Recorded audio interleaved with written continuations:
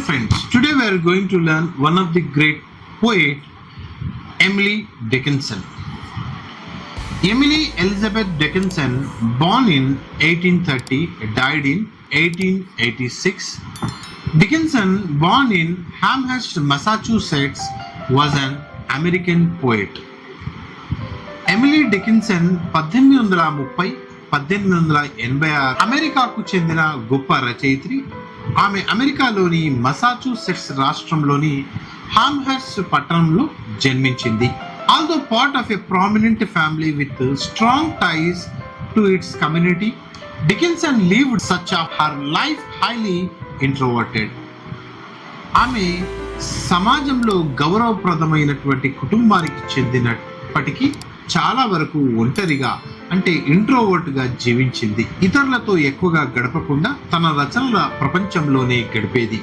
While Dickinson was a prolific private poet, fewer than a dozen of her nearly 800 poems were published during her life.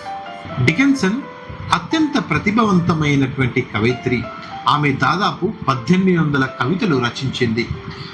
అయితే ఆమె జీవించి ఉన్న సమయంలో వాటిలోని కేవలం డజన్ అంటే 12 కంటే తక్కువే కవితలు ప్రచురించబడ్డాయి అని తెలుస్తోంది. The works that was published during her lifetime was usually alterated significantly by the publishers to make it fit the conventional poetic rules of that time. ఆ రోజుల్లో ప్రచురణకర్తలు ఆమె కవితలను అప్పటికప్పుడు సాంప్రదాయ కవితలకు నియమాలకు సరిపడేలా లేవని మార్చి ప్రచురించేవారు. అందువల్ల అసలు రచనల్లో అనేక మార్పులు జరిగేవి. డికిన్సన్స్ poems are unique for the era in which she produced them.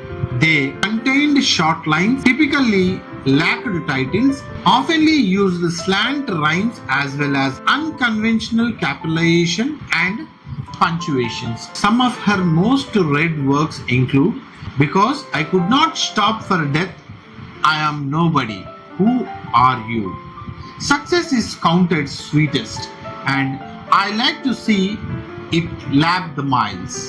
Emily Dickinson కవితలు చాలా ప్రత్యేకతలతో కూడినవి. చిన్న చిన్న పంక్తులు ఉండడం, చాలా వరకు కవితలకు శీర్షికలు లేకపోవడం, ముఖ్యంగా టైటిల్ శీర్షికలు లేకపోవడం, సాధారణంగా ప్రాసకు భిన్నంగా స్లాంట్ రైమ్స్ సమీప ప్రాసను ఉపయోగించడం జరిగేది. పెద్ద అక్షరాల వినియోగం, విరామ చిహ్నాలు వంటి విషయాల్లో సాంప్రదాయానికి భిన్నమైన శైలిని అనుసరించడం ఎమిలీ డికిన్సన్ యొక్క ప్రత్యేకతలుగా చెప్పవచ్చు.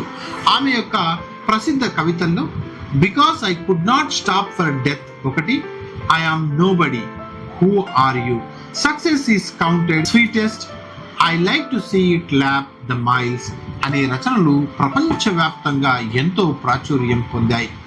Emily Elizabeth Dickinson, born in 1830, died in 1886. She belongs to the America. Born in Amherst, Massachusetts, she is a poet. She wrote nearby 1800 poems. Thanks for watching. In our next video, we will learn about Emily Dickinson's Hope is a Thing with Feathers. If this video was helpful, please like it and share it with your friends so they can learn too. And don't forget to subscribe to this channel for more interesting English literature videos. See you in the next class. Thank you so much.